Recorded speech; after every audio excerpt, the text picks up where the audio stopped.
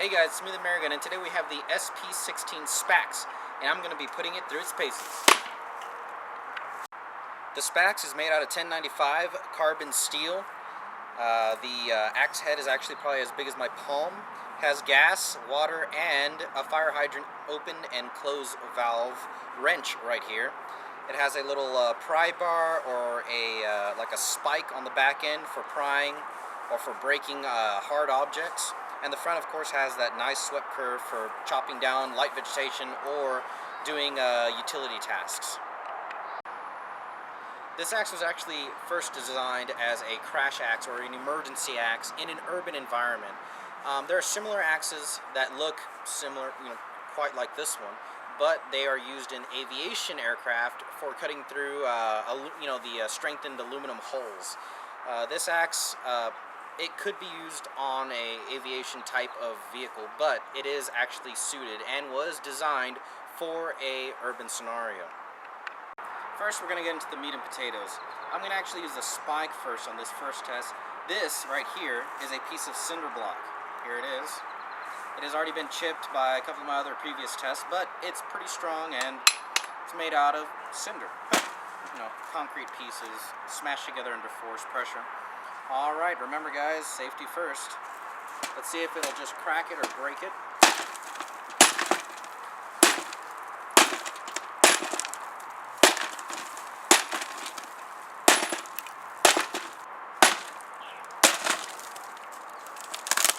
And there it is. The SPAX is good at doing what it does best. What about steel on steel? Can it penetrate this? My bet is that it will. Safety first. Perfect. Clean hole straight through a small propane tank, and no damage whatsoever to this spike. As you can see, the spike did very, very well. It's still quite usable, definitely. Went straight through that metal, no problem, even after I destroyed that cinder block piece. That cinder block piece, I was working on a corner, and it just went straight through it. Now I have a piece of vegetation down here, piece of bamboo, and this is the blade side. My glasses on here.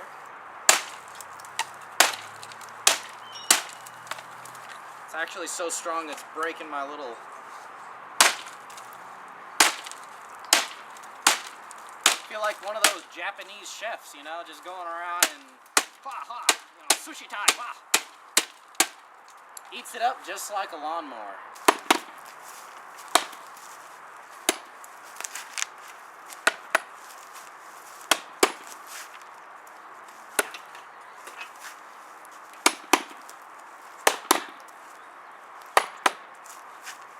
Now, in a close quarters combat scenario, the axe head, the slashing head, it doesn't feel as accurate as what I thought.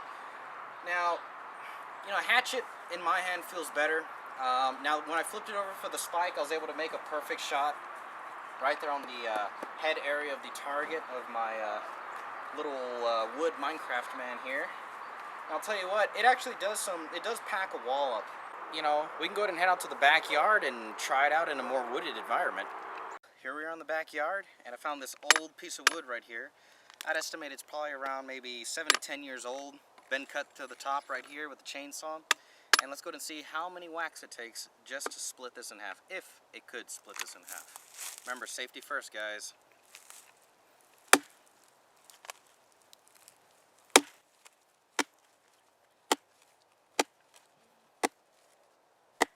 we go. Going with the cracks in wood. A little bit tedious. And it's safe to say that this has a very difficult time splitting logs.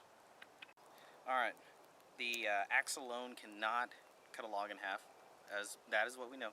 So I'll go ahead and use a piece of log to help batten it to see if it would actually complete the process.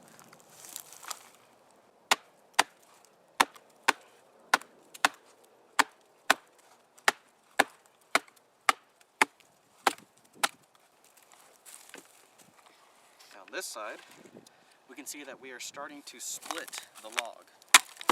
There it is, right there. Perfect.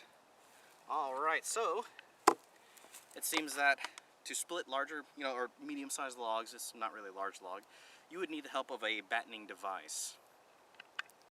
Well, this is a 4x4 right here. You might encounter it in an urban setting, also in a woodland type of setting such as this. And we'll go ahead and just do a little bit of, chopping and see how long it takes us to get through this 4x4.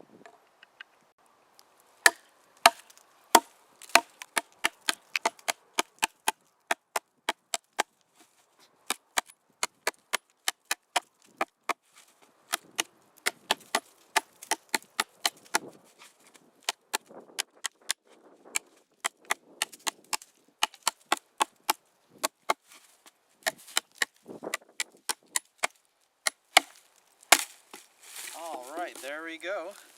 I'll have the time for you in the YouTube video to tell you exactly how long that took. Remember, when you're shaving tinder, don't grab the blade here. From personal experience, if you shave tinder like this, it's more accurate and it feels better, but I'll tell you what, this is sharp right here.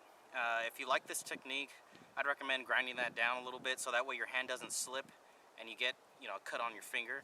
My recommendation is just hold it just like a hatchet, just like a small axe, and just shave from the back end. And you'll have some tinder ready for the fire.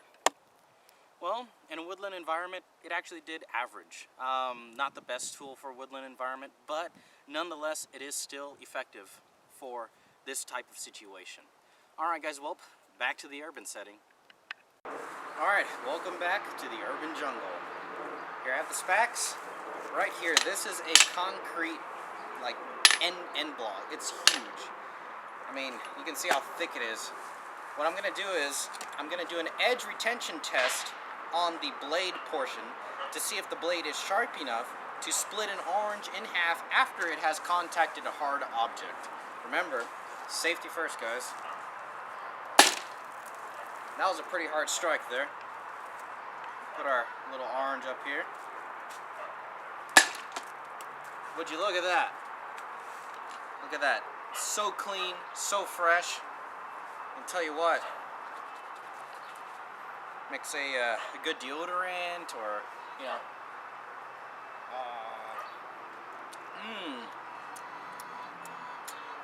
a little gritty, but it still tastes pretty good. Here we have a harder object, a coconut. And let's see if that blade, after striking this, could still cut this into pieces. Go and position this, because coconuts are real tricky.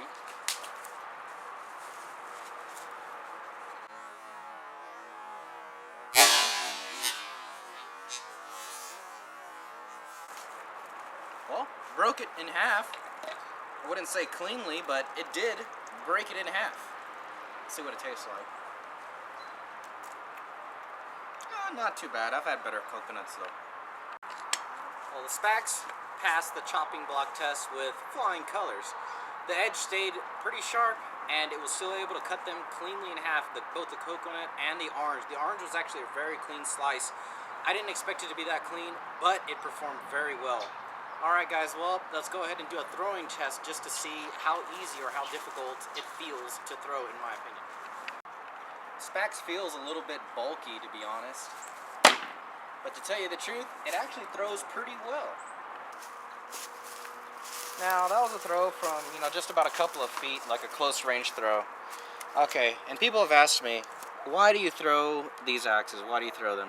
Well, they're actually viable in a, not a self-defense scenario. I wouldn't really recommend it, but for small game, especially like rabbits or foxes or even a small hog, if you can tag them, then you can bag them.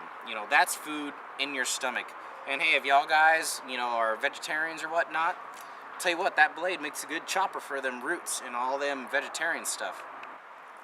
Now this one's from about 22 feet. Now let me go ahead and try that again. See?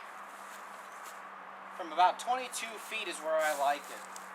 Now, the first time I threw it from 22 feet, it didn't stick. And it actually has a problem when you throw it.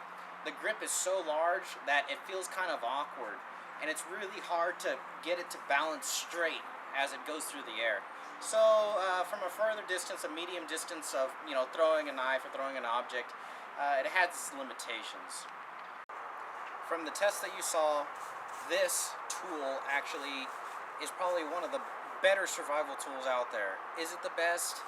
I can't really say for sure. That's everybody's opinion is different, but I will say that it is very excellent at what it does. A good chopper, a good impromptu hatchet. From the woodland test, I couldn't really split that log real easily with it by hand, but after battening it, it worked perfectly fine.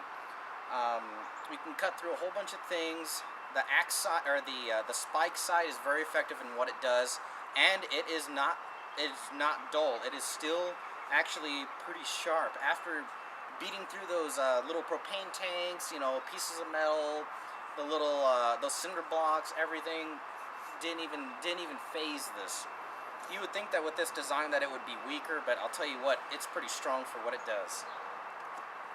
Thanks to a military city surplus, San Antonio, Texas, I was in the area and I stopped by, and they were happy to donate one of these to my YouTube channel, Mayor Fuglycool, for the purpose of testing it to see if it stood up to their military style standards.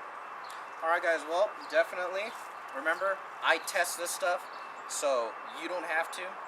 Make sure to pick one of these up. Retail is about $70, $80 where you can find it.